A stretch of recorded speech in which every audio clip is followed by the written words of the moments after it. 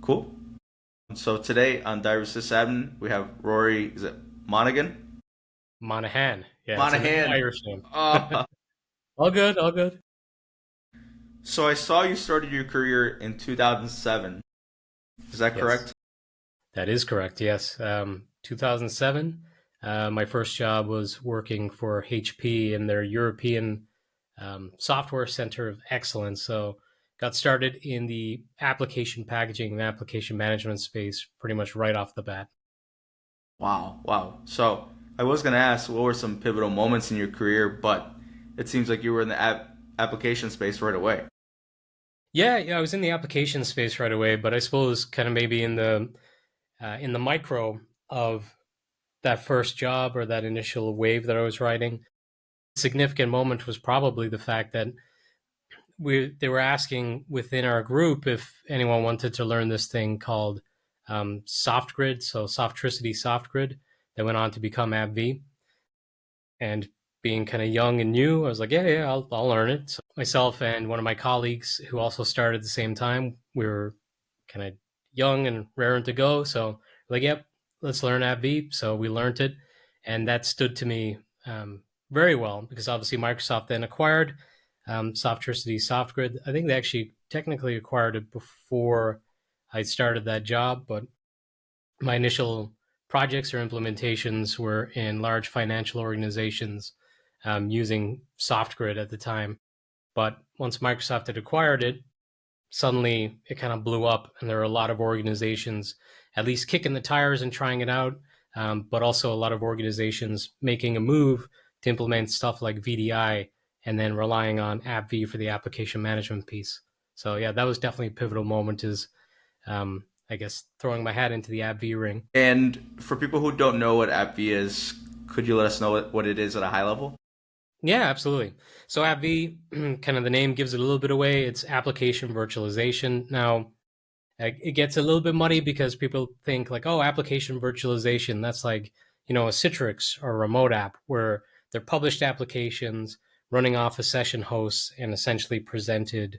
I've heard the term rather, pixel streamed, where the application's hosted, but it looks like it's running on your desktop. But AppV, in terms of application virtualization, is actually like virtualizing the application and running it virtualized on the actual device or on your endpoint. So with AppV, the terminology would have been streaming as well. So you'd take your application, package it into an AppV package, and this AppV package would put the files into its own virtual file system. There'd be virtual registry. Basically, all the contents of the application would be in this virtualized package. You then publish it from your AppV servers. There's like management servers and publishing servers. And then on the client side, when you've assigned an AppV application to your users, when they log on to their desktop, rather than the applications being installed traditionally on the desktops, uh, the when they log in, the application shortcuts essentially publish and they present themselves to the users in real time as they log in. And then when they launch the applications, it essentially streams the application from the server down to their client and actually executes on the endpoint. That's AbbVie. I remember back in, say, 2007, 2008, a lot of the terminology or pitch was, well, you're turning your traditional applications into software as a service. You're virtualizing and delivering these applications on demand to your employees on their desktops. Some of the main benefits and why banks in particular like to use it was you'd avoid application conflicts, you'd avoid problems like DLL hell, where this application requires this DLL, you introduce this newer application that requires the same DLL, but it's a slightly newer version. Suddenly, this newer version of the DLL wins out, and you've broken this other application dependent on the old version. So, because AppV, the applications are virtualized, they're also isolated. So, this application can have its own DLL, this other application can have its own different version of the DLL, and they can just live in harmony together on the same machine and work. And it just eliminated an awful lot of the problems with applications and application delivery. No more application conflicts, no more failed application installs, removing applications always clean, upgrades were seamless. So yeah, it was really revolutionary at the time. But with AppV, say, some of the challenges were the fact that not all applications would work in AppV. There was a ceiling in terms of compatibility. Applications with drivers, complex component services just never worked. So unfortunately, I feel like that kind of let the product down a little bit, and people were like, "Oh, not all my applications will work." And worse still, I only find out an application doesn't work after I've put a lot of effort in to try to get it to work. Mhm. So a lot of organizations kind of pump the brakes a little bit and we're like, we're not so sure about this, and maybe we'll just go back to our traditional installers. Mhm. Yeah. No, thank you for that high level description of it and a little bit of history too. So then you're, you know, getting started in the AppV space. Was was there like a big project, or like, why were you guys kind of making that transition over to needing that skill set, I guess, in that time? So the department that I was working in was what's called a cost center. So we weren't really there for profit, but the organization was selling other things and then tacking us on as an additional service. And so really what was driving us was customer demand. So I was working on a project for a large investment bank based in like New York and London primarily, and they were using SoftGrid. So that's what drove me to kind of get involved in that, and the company to get involved in it. But then once AbbVie kind of settled within the Microsoft ecosystem and was being promoted by Microsoft through at the time MDOP, the Microsoft Desktop Optimization Pack, there was a lot more interest from other customers as well. So suddenly there was greater demand from other customers. And actually, around that time, I think it was 2008, 2009 or so, because we were a Microsoft partner, um, I was actually traveling to some customer sites on behalf of Microsoft as a Microsoft partner to basically introduce people to things like AppV and MBAM and Advanced Group Policy Management, all the components of MDOP. So really, it just kind of blossomed out of Microsoft acquiring AbbVie, and then suddenly there was greater demand. What were some places that you got to travel to? For me, it was mostly the states, but I did California, I believe it was Florida. I got over to the UK a whole bunch, but that's obvious because I was based in Ireland at the time. I went to Germany a couple times as well, which is funny. Back in my early 20s, when I was starting my career, I seemed to travel quite a bit. And then as things stabilized, I was traveling less. But as we were talking just before we started recording, the travel has gotten pretty crazy for me the last 3 months again. So I'm back on the road again. I guess it's nice in times, right? So um, Yeah, yeah. It's also nice, I've listened to a bunch of the episodes of this podcast, and there's always the theme of it seems like COVID times was a bit of a catalyst for change for a lot of people. But yeah, definitely post COVID lockdowns, it's kind of nice to get out and start socializing, seeing faces again. So it's been nice in that regard for sure. absolutely.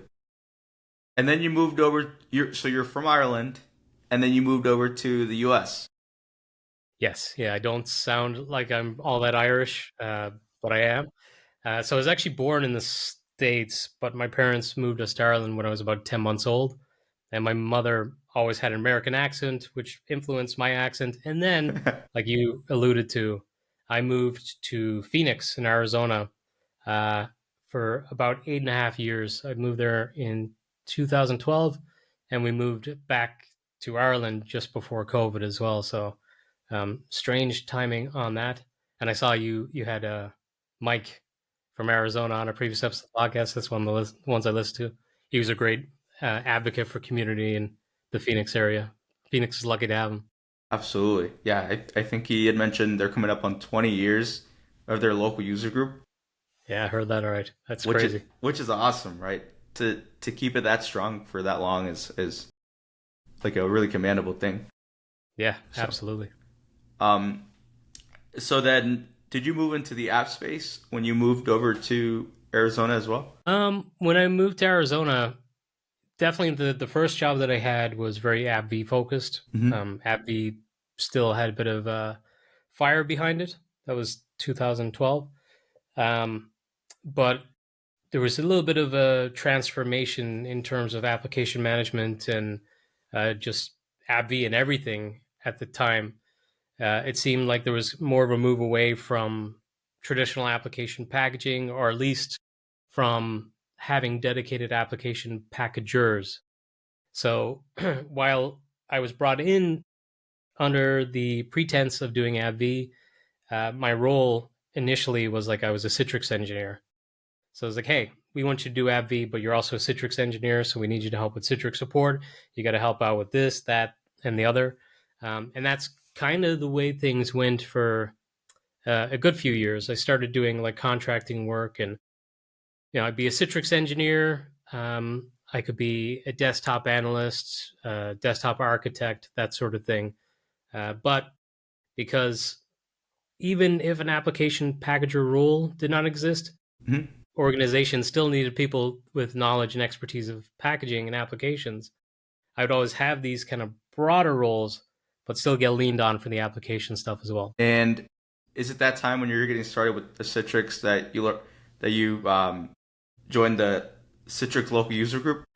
Yeah, well, in Phoenix for sure. So I had experience with Citrix when I was still at HP as well, because we had customers that needed to manage the applications in Citrix environments. But yeah, definitely when I moved to Arizona, I was getting much more hands on in terms of the support side of Citrix, not just you know turning the knobs and the levers in the background. I was actually like dealing with customer support tickets as well. And then yeah, that opportunity arose. Can't remember what year it was. I think it might have been 2014 when my buddy Steve Greenberg reached out to me, and they were setting up the Phoenix CUGC. So I was one of the leaders of this Phoenix CUGC when that was still a thing, but that then got spun off years later into a general EUC group. And there's been awesome EUC Unplugged events. So if you ever get the opportunity, hopefully they have at least one more. It got canceled this year due to problems with the venue, but if they have one next year, for sure go to it. It's like one of the best events you can go to. Absolutely. And you know, I don't know if it's a little bit different or if it's similar. I think it probably is similar in the sense like I'm a little more in the endpoint space, and I do hear a lot of the EUC realm. Is right? Is it similar or the concepts different from your perspective? Yeah, I don't really know how EUC as a term started to become kind of pigeonholed in terms of it. Well, that's just the virtualization wing. That's your cloud desktops, your VDI, etc.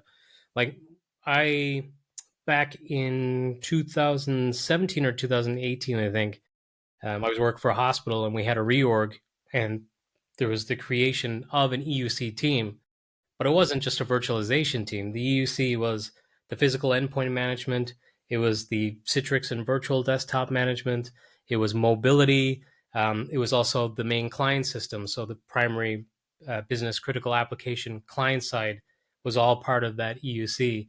But it seems like in terms of maybe mainstream and communities, there's been a little bit of a cross where EUC has gone where CUGC used to be, and it's very kind of virtualization focused. But really, EUC is all of it. I mean, you're saying, oh, I'm more in the endpoint space. That is end user computing. End user computing touches on all of that. So I think we're both playing in the same space. And it's interesting now with Windows 365 Cloud PC. I'm seeing a greater interest and a greater uptake in the virtual desktop side of things from maybe say the traditional Intune admins or configuration manager admins. So really, I think if anything, they're both going to blend much more over the coming years, and a lot of the concepts are just going to become one anyway. Yeah, absolutely. And then back to that like Citrus user group. How was it like running that? Were you kind of like the person in charge of like getting attendees, scheduling things? How was that? It was definitely a team effort between myself, Steve Greenberg, and David Gotney at the time. Um, yeah, that was. It was actually pretty straightforward, pretty easy, I think, the way that we were doing it. So we went a little bit rogue, where, say, the association was trying to maybe cater to sponsors and say, all right, there's this list of sponsors who are willing to sponsor events for you guys. Like, which ones do you want? Um, and we would actually, for a while, just not have any sponsors. It was just pure user group. Let's meet up, maybe get some pizza, and just talk about things. So that was kind of the way it was for the first maybe couple of years. And then we kind of democratized things and said, all right, well, hey, there's this list of sponsors. You, the users of the group, are there any of these sponsors you'd like to hear from? And maybe what we'll do is we'll uh, put some money into a kitty, and we'll use that money then to have an event or bring in better food or go to a different venue or whatever. So that's the way we did it. I think it was relatively easy because we were taking that kind of user group and user quality focused approach. So it's essentially get a group of people together and let's talk about this topic. So I think it was relatively easy. Did you all have a pretty good turnout in terms of like people coming out at the time? We had a great turnout for the very first one, and then subsequent user groups, we had probably a core of, I think, 40 to 50 people, which honestly, being involved in other groups and stuff like that, I think that's not a bad thing. I think it's a good thing to have the same group and have repeats. I think maybe what hurt us a little bit was the fact that we were that little bit rogue, right? We weren't relying on sponsors, which meant we were also weren't getting the marketing wing of these sponsors promoting our events for us. But it wasn't really a bad thing because it kept it very kind of pure and driven to the what the whole point of the group was. Yeah, absolutely, absolutely. Yeah, and that makes a great point, right? Because if you're adding different elements, you are taking away the kind of the reason you're there for the technology portion. So Yeah, yeah, and I remember at the first MMS, MMS or rather, because there was an MMS from Microsoft before the current MMS came to be.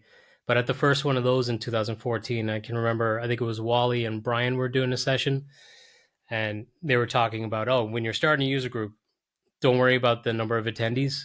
Just keep doing the event no matter what the turnout is, and just keep doing it, keep doing it, keep doing it. And that consistency over time, you'll get kind of trickles of people coming in. There'll be word of mouth, and it'll just start to grow on its own, which that's definitely true. Like you'd have that core group, and then suddenly there's new faces arriving, and the core group starts to grow little by little. yeah, and it's so cool how that like that word of mouth kind of gets out to like, hey, my buddy works in IT too. I'm gonna bring him along, and they'll tell their buddy, and it'll kind of compound. Yeah, absolutely. And I'm sure you're probably noticing the same with this podcast. I know I am with my podcast. Word of mouth is basically the way I grow my podcast. Like I'm not buying Google ads. There's actually probably no point in trying to because you're competing against much larger entities. For this kind of thing, we just grow it by word of mouth. So, yeah, anyone listening to this, if you appreciate these podcasts, tell your colleagues and friends about them because it really helps. Absolutely, right. And it's nice because it's a familiar space, like where kind of like right, you're not having to compete with like you know all these different brands and all these different. It's like I am Hmm. not gonna be probably not Nike, right? Like, Yeah. but that's okay. Like that's I'm kind of not striving for that anyways. Yeah. So Yeah, absolutely. and I like the thought of this. Mine is because like it's like giving IT personnel a voice in a sense where it's like you know sometimes it's like we're kind of in the background, being like the firefighters per se, and Hmm. you know my coworker tells me this or has told me this. He's like IT's a interesting space because you aren't noticed when things aren't like when things are going smooth, you really aren't getting noticed. But when things go south, you're kind of a rock star. So it's like, well, how do we give that rock star element without for things to go wrong? So Absolutely. Yeah. And even to maybe draw a comparison to like a very popular enterprise vendor product. You know, there's people who will tell you, oh, like Citrix is slow, Citrix is suck, or Citrix sucks. It doesn't. It's a great product. It's very mature. And when it's architected well, it's great. What you don't hear from people is, oh, yeah, Citrix is great because they don't notice it. It's just working. They only notice it when it's slow. So if they see a loading screen and there's a Citrix logo, it's like, oh, well, Citrix must be the problem. They can't see the underlying storage that's getting hammered in the background, or they don't see any of the latency on the network or anything like that. They just see that logo and they blame it. So just to your point exactly, it's like, yeah, when it works great, no praise. But when it doesn't work, I was like, oh yeah, you're going to hear about it. It's an interesting concept for sure. Yeah, yeah. And so then you're I think I think I saw at one point that you um I think this must have been after you moved back to Ireland, is you went on your own and started your own gig. When I moved back to Ireland initially, I was actually just contracting to my full-time employer back in Arizona while working remotely initially, which that was interesting because it was a hospital, and then COVID hit, and I was in Ireland working remotely for a hospital in Arizona during a pandemic. So yeah, that was interesting. But then after about a year and a half, I took a job with Control Up, and then after Control Up, I took actually during Control Up, I was having health problems, and I just took the kind of rash decision for the first time in my life. It's like I'm going to quit work, and I'm just going to focus on my health. So I didn't actually work for 3 months, and then I landed this job that I'm currently in with New Messent. Nice. Yeah. And you started your podcast in the beginning of 2018. You were telling me. Yes. Yeah. Yeah. I think it was January. Might have even been like the first week of January in 2018. Yeah, it's called the Five Bytes podcast. At least initially, the idea when I set it up was I had our first child in 2016, and then second child was on the way in 2018, and I was like, well, my blogging has to end because it takes too much time. I'm just not going to be able to do it the same rate that I had in the past. So, genius me, I was like, oh, a podcast might be a good way to get some stuff out there and do it relatively quick. Big mistake. Doing a podcast is not fast at all. It actually takes a lot more time, but maybe I've got this kind of OCD personality. If I start it, I have to see it through. So, like before we started recording this podcast, I was telling you uh, when I started the podcast, my goal was I don't have to have an episode out every seven days, but I'm going to take my week as being Monday through Sunday, and I have to have a new episode every calendar week. So it might go from, hey, episode's out this Tuesday, but it's not out till the following Saturday. So there's a long period of time, but I have to get it out within that calendar week. And yeah, I've been doing that and hitting that target since January 2018. So long time now, and it's showing in my face. That's impressive. 391 episodes as of today that I was seeing. Yep. Yeah. And, it's a bit of a process. So, like tonight, I'll probably start scripting the next episode of the podcast. So, I'll probably start scripting it tonight, script it a bit more again tomorrow night, possibly record it tomorrow night, or record it on Thursday and then get it out Thursday night. That's typically the cadence. But yeah, if people listen to podcasts, it's like, especially probably our podcast, like there's not a team behind us. We're not Yeah, like one of yeah. the mainstream podcasts. It's like this is 3 evenings, two or three evenings a week of my time that I put into mine. So yeah, it's pretty wild. And yeah, for anyone who hasn't listened to it, essentially the idea would be it's a short form podcast every week covering the big news highlights in enterprise IT. So spreads the gamut of infosec stories, AI related stories, because that's all encompassing. It covers enterprise IT as well. Do a little bit on consumer tech, but don't try to get too deep into that. Try to keep it enterprise focused. Um, story, obviously, stories from the likes of Microsoft, some of the larger vendors in the space, VMware, Citrix, Cisco, F5. I do patch Tuesday roundup every month.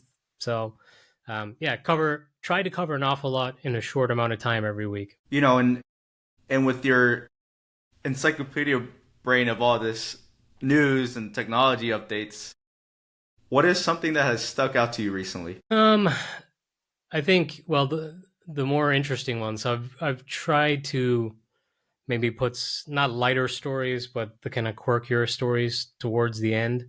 I've also just mentally for my own sake started to move some of the AI stories toward the end as well, because it feels like just all tech podcasts are AI, AI, AI, nothing but AI.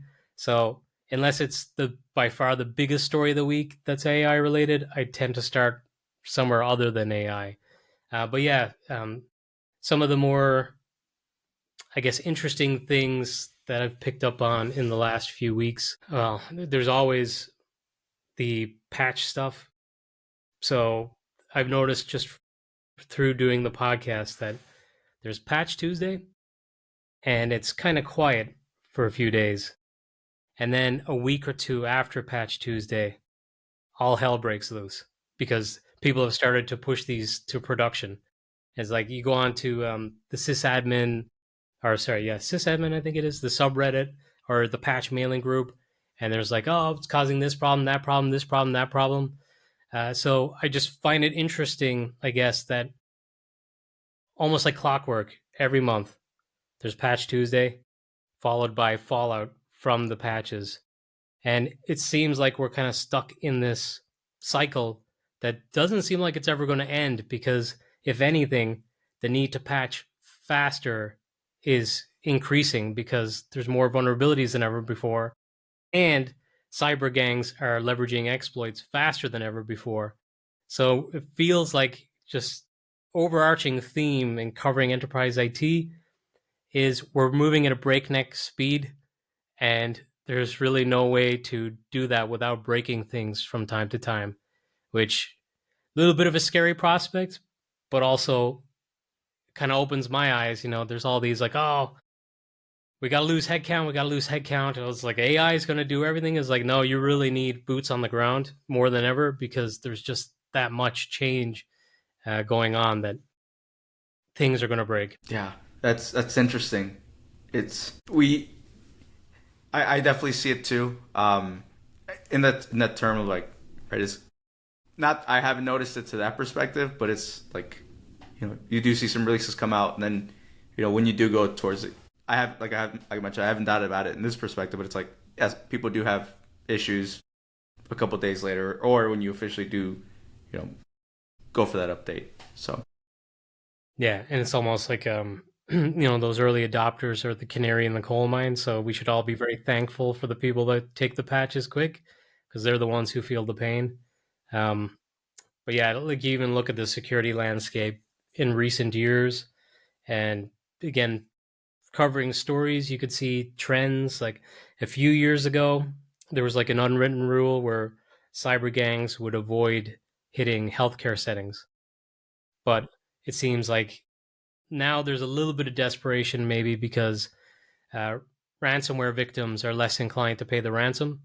So they have to increase the number of targets they're hitting to make the same money as they made in the past. So the few who will pay make up for the shortfall of the people that don't pay.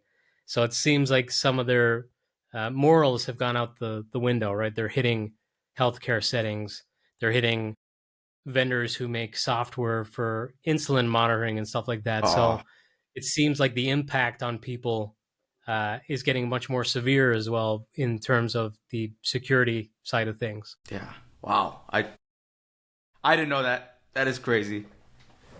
But it's Yeah, yeah. There's other ones as well. Where I remember there was a story from Finland where there was a cyber attack, a ransomware attack on a mental health clinic, and they took patients' session notes from their therapy sessions. Like that's terrible, right? That's such a violation of privacy. And it's like you think something like, oh, my social security number or my address or my phone number, that's sensitive information I don't want to get out. But imagine having like you've unloaded trauma in a therapy session and it's associated with you and now it's out in the wild. It's got to be terrifying. I think I might have heard that segment. I think it might have been on Dark Knight Diaries. I think one of the hackers or something was had mentioned that. So that's crazy, This stuff. man. Um, you know, what having run the podcast since 2018, what have been some lessons that have stuck out to you? What are some lessons that have stuck out to me? Well, it's funny. I was on the Thrive It podcast or Thrive IT podcast years ago, and they're like, "Oh, you've been doing a podcast for so long. What are like some of the things like has it evolved or improved over time?" And at the time, I'd been years into it, and I was like, "No, still doing it the exact same way I was doing it when I began." But now AI has kind of helped a little bit. So I've switched to recording my podcast in Adobe Podcast. So when I record the audio, it actually does a transcription using AI. So if I make a mistake or I need to edit something, I could just say edit, and then I can find in the text that place where I need to edit and just delete it. So that saved me a lot of time just from a podcast perspective. And then in doing the podcast in general and covering enterprise IT stuff, and um, also I didn't mention it, but I do a scripts, tricks, and tips segment every episode where I highlight community blog posts or tips or scripts.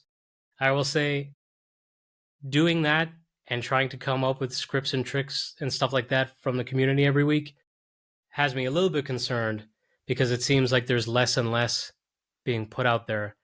And this is also kind of part of a greater trend that I'm seeing like working at events as well.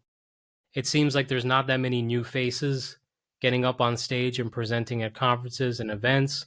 It doesn't seem like there's new bloggers entering the space or anything like that. So that's something that I've learned from doing the podcast and just keeping an eye on things every week. And that's slightly concerning. So, yeah, if anyone's listening to this and they work in IT, Get it um, going. contribute. Yeah, get a podcast, do blogging. Now, maybe it's a bad time to be saying that because it seems like all the content we're putting out there is just going to be training some AI model. But hey, in the meantime, before it ingests everything, no, we'll all find value in it, and it'll get your name out there as well. And it does help. Like it helps to have presenting as an experience because that's a skill in itself. You can go and bring that to a company, perhaps move into an executive level position and comfortably and confidently present and speak to people. So you learn other skills that you might not necessarily learn or get experience with on your day-to-day sysadmin roles by doing those types of things outside of the day-to-day. Absolutely. And I think you even mentioned that similar concept in the Thrive IT podcast where I think you or them had mentioned that, maybe there are less blogs, there are a little less content. Even then, it's been what, almost 4 or 5 years since, Yeah, I think so. Yeah. maybe a little less, but still like that kind of concept that it's a little trickling down, which is kind of crazy, you know. Yeah, definitely. Although you could see then, like I listened to your episode with Dean Ellerby, Hmm. uh, the platforms and maybe the medium has also changed. Maybe it's harder to have a standing or a voice or be noticed in these other platforms like YouTube, where you're competing with so much video content. But there's some really great um, channels and videos and stuff like that out there, like from Dean, the Azure Academy, and so on and so forth. But there's definitely like blogging, I thought was super high value, and the old forum sites and stuff like that, super high value. You have a problem, you look it up, you find a blog post, you find someone had the same problem and it's been resolved. But it seems like that medium is kind of dying and it's maybe a bit harder to find what you're looking for now. Yeah, absolutely. I know there are some different platforms that people move into as well. So I don't know if that comes into to play without getting more like written blog and stuff out to people, where it's more so like in like a Discord or like a Slack, where Yeah. it's not, what do you call it? It's not kind of saved to the world, but saved into a group. Yes. Yeah, absolutely. I've noticed that as well in Slack, which I kind of have a love-hate relationship with Slack. I find it very difficult to find stuff within there, and then if you're in multiple groups, it starts to get very noisy. And then Yep. because it's noisy, you tend to ignore it. And then again, things are getting lost in the shuffle because people are just switching off to it. There's just too much noise, too many notifications. Back in the day, I'm showing my age, but you'd have an RSS feed for blogs that you liked. You get updated when there's a new blog post posted. You could see, oh, well, this topic looks of interest. I'll click on that, I'll open it. It just seemed like maybe things were not as advanced, things were a little more minimalist back in the day, and it made it easier to digest content. I felt. Do you have any, or have you noticed any new writers or any new like um, people contributing that have really caught your eye, or maybe their style is a little different? That's like easy for you to digest, or just just more so like, oh, this is a new person that I've really noticed. Well, I mean, what I'm noticing kind of more so is, I guess, on the podcast side and the video side, not necessarily new, but um, I tend to go back. I'm not sure how you digest podcasts, but because I'm traveling quite a bit, I'll like download podcasts and listen to them while I'm traveling. But like Run As Radio, awesome podcast, and it's a very high level, well produced podcast. I always love listening to that. Um, for newer faces, probably more so on the YouTube side of things. And really, it's just, I guess, newer for me again. And Hmm. that's possibly just the platform and um, not finding people as easily as maybe in the past. But like, I would watch some of like Dean's videos or again, actually, Dean is also Dean Caffioli, right? From Azure Academy. So two Deans, I believe. But I digest that kind of content as well. And I remember listening to your episode with Dean Ellerby and him talking about how uh, he'll record, and if it doesn't work, it's like, all right, that's the video. It didn't work. We'll try again. We'll try a different way, and we'll record that. That's really clever. That's great. And I'm not doing day to day Intune work right now, but if I was, that would be the kind of content I'd want to see. Um, I could remember that was one shortcoming of say the written medium is people would tend to figure things out and then they just write it out and they'd assume it's like, oh yeah, there's this option, three different options, select this one. It's like, wait, you didn't explain what the other two do. You just said select this one. So you might run into a problem in your environment, but it's nowhere mentioned in the steps. Whereas I feel like with video, when they're showing the problems, it's you're more inclined to say, "Oh, that wasn't a problem for me. It worked for me." I was like, I wonder why it didn't work for him, but it worked for me. Now I need to look at his next video to see how he resolved it, and then I need to think, well, the way he resolved it, is that the way I should be doing it in my environment?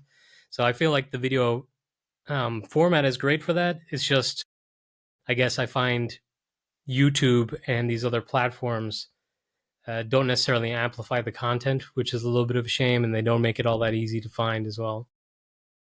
Yeah, yeah. Even if you do like how to X with Intune, right? Sometimes you get a great result. Sometimes you might get all this other bluff. Yeah, unrelated content where they tagged something similar, so then your video ends up on like page 2 or page 3 and never gets seen. Yeah, it could be very frustrating. um, so let's see. And so when was the first time you started speaking like at conferences or local groups? Hmm, good question. Um, I think it was probably 12 or 13 years ago. is my guess. Yeah, and kind of similarly, the space for events and conferences and stuff like that was vastly different back then to what it is now. It seemed like there was more U.S. events than there is now. I know speaking to other people at conferences and events, they're like, "Oh, well, it seems like Europe is very active, but the U.S. is less active."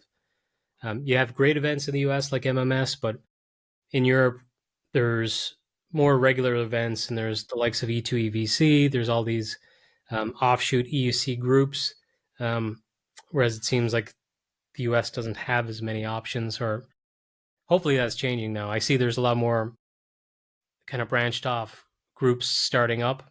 So hopefully that drives more events going forward. But yeah, there used to be like Bri forums. There used to be obviously the Citrix synergies and the big ones. But it seems like things have just kind of died off maybe from COVID again, and it just hasn't picked back up. So hopefully that changes. Yeah, I wonder if yeah, it would be interesting to see like the numbers pre post COVID, like Yeah, just of I some know events. for one event, I won't name the name because I don't want to shame them or anything. But for one event that I did last year, I think it was, they were saying typically now it's a very niche event. Typically they'd have between 600 to 700 people before COVID, and now it's around 200. Wow, So huge drop off. that's crazy. Mm-hmm. Yeah, it's and I find a lot of value in I've said this before too. I was like I find a lot of value in if anybody's listening, it's like I think there's a lot of value and importance in like user groups or local user groups or even something local, right? It's accessible to you potentially. It's usually free or low cost. So like travel or time, if you can make it work, Yeah, get to meet people when absolutely. you're. Yeah, like you won't get the same experience doing something virtual like a webinar. It's like you look at webinars, they have the Q&A or the chat. It's like, well, they've planned a presentation for the allotted time. So if it's an hour, odds are they're doing at least 55 minutes of presentation. And then if there's a whole bunch of questions, there's a good chance your question's not getting answered during the webinar. So you don't really have the same opportunity to ask your questions as you do in person. Like someone speaks at an event, they're hanging out, having a few beers afterwards. Hmm. Go up to them, have a nice kind of loose, easy conversation, talk tech, and chances are you're going to learn even more than you learned during the session. So, huge value in just face to face time, I feel. Absolutely. And let's see, and I think you did mention that too. Like you had recently been on the road pretty often, so I'm sure a lot of these conversations are really valuable to you and the people you're talking to. So Yeah, yeah, absolutely, and yeah, it's interesting. I guess now for me, I've been working for Numescent for about 3 years. I do interact with customers from time to time, but it's not my primary day job and my role. But when I go to events and conferences, I make assumptions maybe based off of my experience and what I hear from talking to people. But then when I'm at events, I'm talking to actual sysadmins, I'm talking to engineers, architects, to directors, VPs, etc. So it's like, oh, what are your main pain points? And like, are you using this? Oh yeah, how did you find it? Like, what's your experience? So it's a great kind of reciprocal type of situation where I can teach them something they didn't know about our products, but they can also kind of feed back to me on what the realistic challenges are day to day in their organizations too. So it's yeah, just an awesome opportunity. absolutely, and you got an awesome coworker for say Arthur. But yeah, Arthur, who also travels a lot, and he's actually he was in Ireland yesterday, so I got to see him in person. But now he's off to London. He's off traveling for the week again. Oh man, and kind of, I'll kind of pivot a little bit. What kind of advice do you have for the next generation of IT pros? Um, Yeah, well, like if you were to look at it pragmatically, you'd be like, okay, well, do I want to be generalist IT, or what type of area do I want to go into? And it seems like the big growth areas right now would be obviously AI one, but then also security too. Like I could tell you just from working day to day IT roles and maybe trying to go to back to bring in a certain technology to make our lives better. Just the politics involved in saying like budgeting, that really will show you where the opportunities lie, right? So like the lion's share of the budget for most organizations is going to be in security because security is a huge deal. And now I'm seeing a lot of organizations who are creating AI budgets. So again, hiring skill set, security, AI. But if you look at then at the endpoint space, virtualization space, you can see industry analysts like Gartner and Forrester. They're putting a bit of a shine on things like DEX, so the digital employee experience. So it's not just about, hey, I'll get my applications down to my users, I'll make sure they have their desktops and all that stuff. It's about actually focusing on providing an optimal experience for the employees, removing any impediments. They can self-serve and resolve some of their own issues, so they don't have to wait on the phone to the help desk and all that stuff. So really, it's around optimization, automation, employee experience, security, and AI. And obviously, elephant in the room is AI. AI is going to be key in maybe being a bit of a catalyst in terms of some of that automation and of improving the employee experience Hmm. and um, you know taking some of the repetitive tasks away. I hope. People are very kind of doomsday about AI taking jobs. It's like, oh, it's going to take my job. No, I'm going to be made redundant because AI is going to do my job. The way I look at it more is a few years ago, like 20 years ago, when I started, people were like, oh, cloud computing is going to kill IT roles because we're going to be consuming all of our services and all of the infrastructure we need from the cloud. So why do they need IT teams to maintain these storage arrays and all that other stuff? It's not going to exist, so they don't need them anymore. But what actually ended up happening was you need skilled people in order to be successful with your cloud implementations. So really all that changed was the role of the IT worker included having cloud skills and learning these cloud technologies. So I feel like, yeah, definitely learn AI. It's changing fast. It's going to change fast. Don't listen to anyone who says they're an expert because we're all just as expert as one another because it's impossible to be up to date on absolutely everything going on in AI. So don't have imposter syndrome. You can hang there with anyone in terms of AI. Just get your hands on it, understand it, and see where the value is for you. And then eventually, once you understand it, maybe start to implement it into your day to day routine. I would say don't rush.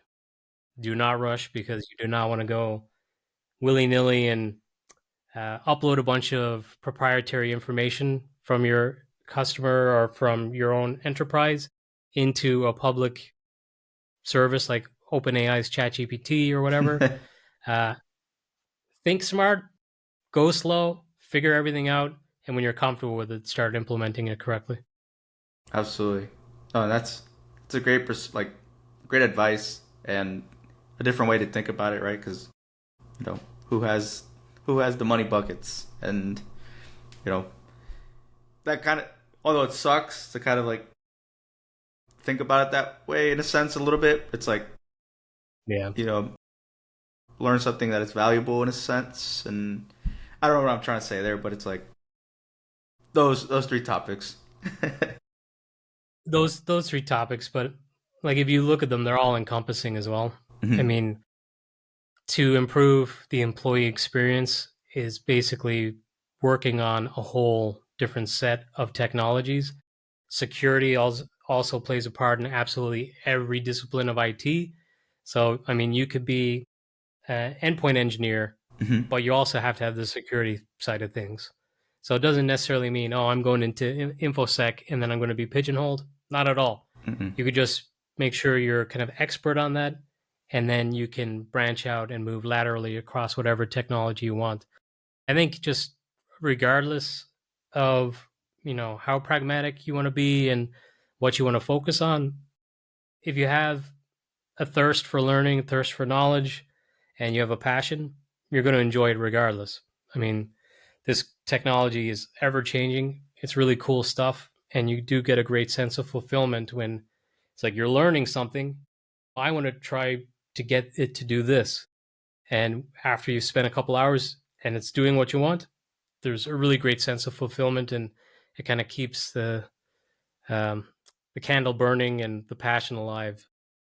Yeah, yeah. Because then you go down a rabbit hole of like, oh, that was awesome. Let's go try it out again, or let's try it in a different sense.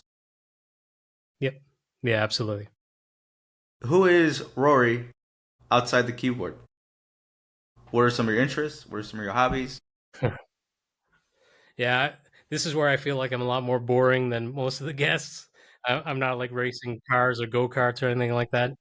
Um, yeah, really, actually, again, probably since COVID, I think my interests have become much more tame. Um, I did start picking up and learning guitar when I was 38 years of age, so that's been something I've been doing, and uh, yeah, it's difficult because you got to find the time in a very busy work life, but yeah, it's kind of a fun thing. Now, I did think, oh, this is going to work the other side of my brain. Like I day to day technology, very type A. This is going to get my creative juices flowing. That was incorrect. What ended up happening was, is like I just look at the guitar like it's a problem that I have to solve. Is like, okay, okay, I need to get better at switching from the G chord to the F chord, and then I just like obsessively practice that over and over again, and it becomes very mechanical. Yeah, I've been reading. I've always kind of read books, but I've gone back to reading like classics, like um, John Steinbeck books and that kind of stuff. So yeah, really, I used to say travel, but I think I'm traveling enough for work now that it's not really a hobby. So mostly reading, guitar, sometimes play video games if time allows. So got an Xbox that I'll throw on from time to time. Um, yeah, between work and family, I don't have much time for a whole lot else. Yeah, and in the time what you spend with them, right? Like, I'm sure that really helps you, you know, you know, find like enjoyment or like just like decompress away from technology sometimes too. So Yeah, absolutely. Yeah, that's you hit the nail on the head. That's the time where the brain shifts, and it's not just what's the next thing. Focus, focus, focus, focus. It's kind of be mindful, be present. Let's like enjoy the moments and kind of be there in it.